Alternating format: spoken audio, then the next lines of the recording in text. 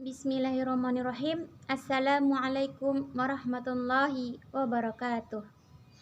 Alhamdulillahi rabbil alamin. Assalatu wassalamu ala asyrafil anbiya'i wal mursalin wa ala alihi wa ashabihi ajmain. Amma ba'd. Pertama-tama, mari kita panjatkan puja dan puji syukur kita atas kehadirat Allah Subhanahu wa taala. Karena adalah Allah Rabbul Izzati yang disembah di luar maupun di dalam hati. Karena adalah Allah yang maha pengasih, yang kasih sayangnya tak pernah terpilih kasih.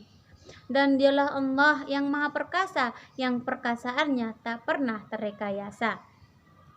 Salawat beruntaikan salam semoga tetap tercurahkan kepada seorang pemimpin yang tidak bergaji, seorang direktur yang tak berdasi, berpangkat Rasulullah, bertitel Habibullah, putra Abdullah, buah hati Aminah. Beliau adalah Nabiullah Muhammad sallallahu alaihi wasallam yang rela mengorbankan harta bendanya, jiwa raganya demi menegakkan agama Islam.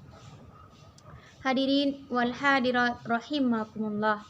Adapun judul kultum yang akan saya sampaikan yakni tentang bagaimana peran mahasiswa dalam menangani COVID-19. Hadirin yang berbahagia, marilah senantiasa kita bersyukur kepada Allah, karena dengan kita bersyukur secara benar kepada Allah dan tulus, maka akan menjadikan kita selalu berbahagia dalam setiap keadaan. Marilah senantiasa kita bertawakal kepada Allah sesuai kemampuan kita masing-masing secara maksimal. Demikianlah cara kita untuk bersyukur terhadap nikmat yang Allah berikan kepada kita. Kenikmatan yang tidak akan pernah bisa dikalkulasi dengan alat hitung apapun. Dalam kondisi seperti saat ini, di mana virus corona atau COVID-19 telah menjadi wabah yang menjadi perhatian dunia, kita harus waspada. Wabah ini mulai dari Wuhan, kota di negara Cina, yang kemudian negara itu terus berjibaku untuk meminimalisasi wabah ini agar tidak menjadi besar. Akan tetapi, karena begitulah keadaan dunia sekarang, di mana antar negara sudah sedemikian dekatnya, sehingga dari satu negara ini kemudian menjalar ke hampir seluruh negara di dunia, termasuk negara kita ini. Beberapa negara yang telah terjangkiti ini telah melakukan berbagai upaya, dan ternyata harus ada persamaan langkah dan persepsi antara pemerintah dan rakyatnya. Seperti misalnya di Italia, pada tahap awal rakyatnya telah merasa biasa-biasa saja. Tetapi kemudian pada tahap berikutnya, wabah ini telah menyerang di satu daerah di sana, yang kemudian oleh pemerintah Italia ditetapkan sebagai zona merah. Dengan ditetapkan sebagai zona merah, inilah banyak di antara mereka meninggalkan daerah itu. Padahal kebanyakan dari mereka telah terjangkit virus corona. Maka akibatnya bisa dibayangkan wabah ini menjadi epidemik dan akhirnya sampai pada pandemik karena sudah sedemikian luasnya menjalar.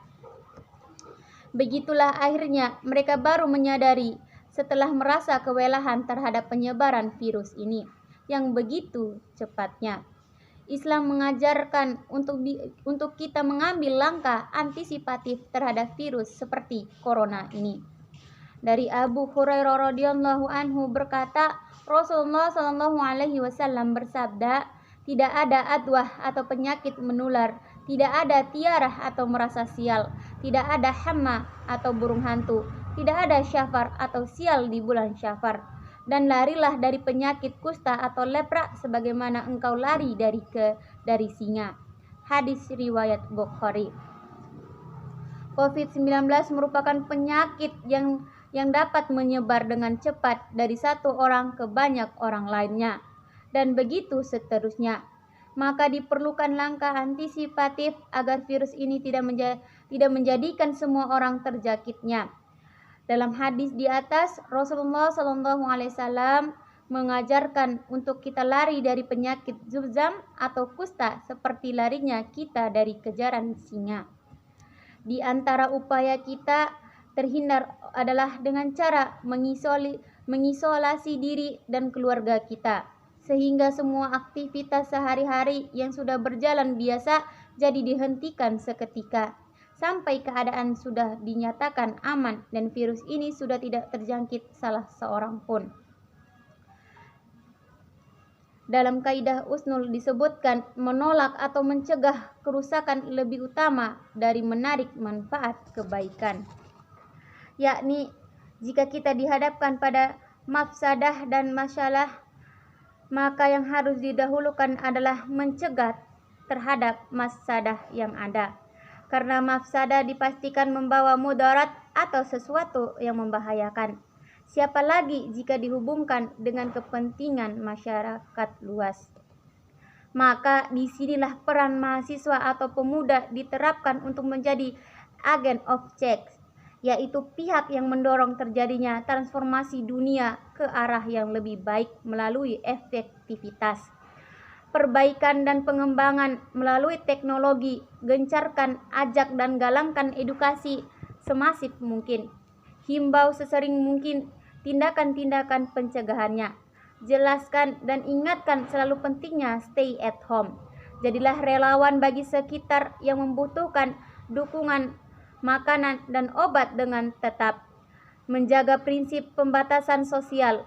Minta bantuan keluarga, teman, dan tetangga untuk membantu atau gunakan layanan online hubungin RT atau RW setempat. Penting untuk dapat menghubungi dan meminta tolong orang lain untuk mengatur pengiriman makanan, obat, dan kebutuhan lainnya. Serta ikut memperhatikan kondisi fisik dan mental Anda. Cari dukungan dari teman, keluarga, dan jaringan sosial lainnya. Usahakan untuk tetap kontak dengan orang di sekitar Anda melalui telepon dan platform media sosial.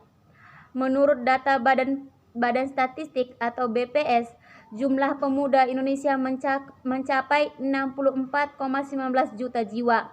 Dengan jumlah mahasiswa dan pemuda yang sangat banyak, seharusnya kita memberikan kontribusi yang lebih dalam memerangi COVID-19.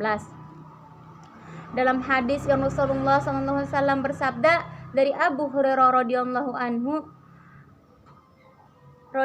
anhu, ia berkata, aku mendengar Rasulullah SAW bersabda, apa saja yang aku larang, kamu laksanakannya. Hendaklah kamu jauhi apa yang saja yang aku perintahkan kepadamu. Maka lakukanlah menurut kemampuan kamu. Sesungguhnya kehancuran umat-umat sebelum kamu adalah karena banyak bertanya dan menyalahi nabi-nabi mereka, atau tidak mau taat dan patuh. Hadis riwayat Bukhari Muslim. Kita diajarkan untuk tidak takut kepada apa dan siapapun dalam kehidupan kita, kecuali hanya kepada Allah Subhanahu wa Ta'ala. Akan tetapi Allah juga mengajarkan agar kita tidak menjatuhkan diri dalam kebinasaan. Hadirin wal hadirat rahimakumullah. Maka dalam menghadapi virus ini kita dianjurkan untuk memiliki langkah antisipatif agar tidak terjangkit virus ini dan berharap tetap dalam keadaan sehat. Dengan sehat kita dapat berbuat kebaikan dan yang lebih banyak lagi demi memberikan manfaat kepada sesama. Mungkin hanya itu yang bisa saya sampaikan. Lebih dan kurangnya saya mohon maaf. Wabillahi taufik wal hidayah. Wassalamualaikum warahmatullahi wabarakatuh.